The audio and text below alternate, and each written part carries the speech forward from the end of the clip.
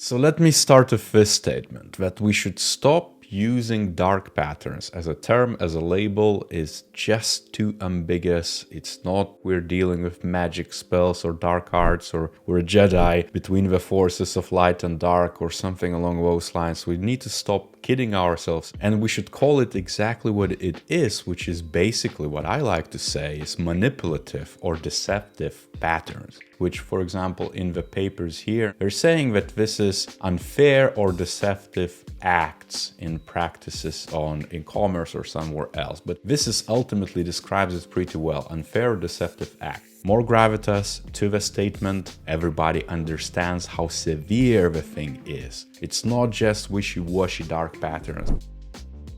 Anyhow, now that I got that out of the way, today we have an awesome case which I wanted to cover for so long. It's about Epic Games, the creator of Fortnite game, which I covered in a couple of videos as an example of gamification done right again. But this is about actually breaking the laws of things. And they were charged 520 million, half of it as a settlement, half of it as actual refunds. Epic charges consumers for certain in-game items such as costumes, dance moves. Epic employing myriad of design tricks known as dark patterns, has charged consumers for such items without first obtaining their express informed consent. Perfect example to learn from, because it's not just about Epic Games, it's not about the company itself or their product. Of course, we're going to cover some of those things. It's that every other product out there is deceptive. So you as a designer need to learn so that the future products, or hopefully even existing products, can be transformed and improved and done right.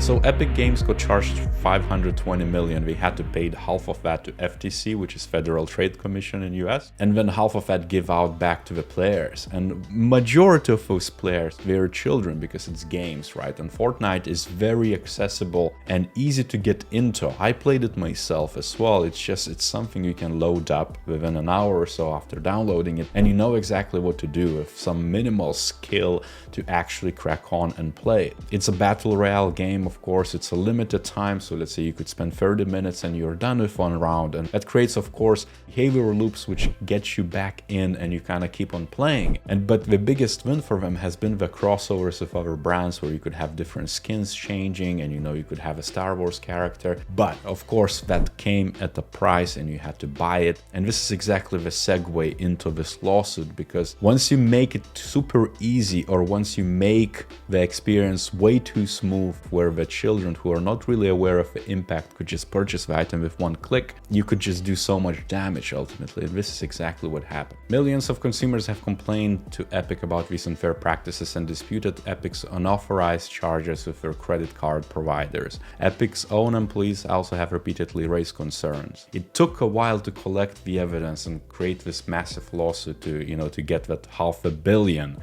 case on. And I like that we include the qualitative line here to better illustrate it. But hey, saying, "Hello Epic Games, the charges associated with this account were made without my authorization, and a 10-year-old can purchase coins worth almost 500 so easily." Epic Games swindling parents with unauthorized games purchases, tricking young consumers, and using shady practices for billing. I authorized one time and racked up 140 in less than 8 days. And that's the biggest issue, because back in the day, once you would actually add one card, as highlighted by a parent's comment, you could just literally purchase those V-Bucks. And because V-Bucks are virtual currency, which is not directly expressed in pounds or dollars, it's kind of variable, because there's discount systems and things of that nature. Children don't really know exactly what they're spending first and foremost. That uncertainty of what's behind it and how much is it actually worth is not there. And each cosmetic item like that could be worth as much as 200 V-Bucks or as much as several thousands. So there is also the perceptual shift, which is not really highlighted in any of these complaints, but I just want to highlight for you. It's a bit deeper, the gamification black hat methods have been used here as much as the good methods to gamify the experience. The interaction design and perception elements here, but as you can see, they're saying you're using your thumb to do the same actions to look more detailed, and you could literally just press a different button and it would initiate the purchase purchase. And in none of those scenarios described, Epic requires users to take any further action before charging them, such as asking them to confirm their purchase. By contrast, as discussed below, Epic requires users to press and hold the button in order to cancel unwanted charges and to confirm their request for a refund. One point, of course, Epic allowed people to cancel charges, but only for a temporary time. As you can see, the two are compared, where before you had a clear call to action, of course, a secondary button at that, and then they pushed it out into the sidebar just to say, hey, you could do that if you really want. And it's, of course, a good persuasive design move if you want to reduce the cancellations what users would make for their purchases, but it's not really right. And I like that they compare side by side before and after. It's something also which is very common in the UX design portfolios or case studies where people show the before and afters and they say, hey, because of this I improved the opt-ins on conversions. But again, in the back of your mind as a designer, you need to kind of reflect that, hey, this is probably not the right thing to do, or maybe there's more to this than just a UI feature or a product design element or this flow, or how things interlink and what data do you display at what point to the users. And of course, because of that big damage, $500 million is a lot of money, doesn't matter what business you are, and predictable and massive cost at that. And so Epic issued exactly what they did, and I like that they explain exactly what changes to the UI to make it easier to cancel, and did so for each and every element in the settlement case. And some of them are really simple. For example, that you default the things or the views to the right tab, or you default for privacy issues the chat to no one, because before that you, for example, would jump in a lobby or a game and your microphone would be immediately activated, and of course it could cause so many different issues. And I like that, for example, things like loot boxes will now need to show the contents before you purchase it, because it kind of reduces that lottery aspect. Again, it's a dark pattern gamification element where you don't know what's going to happen and it keeps you on your toes, and people just say, okay, I'm going to get one more thing because it's so cheap or relatively cheap compared to the things. It's all perceived relatively, so the people can just opt in and get more and more and more, and that's how you get little children hooked into that. But if they know what they're exactly going to receive, then you don't have that element of surprise which was necessary before to hook people in.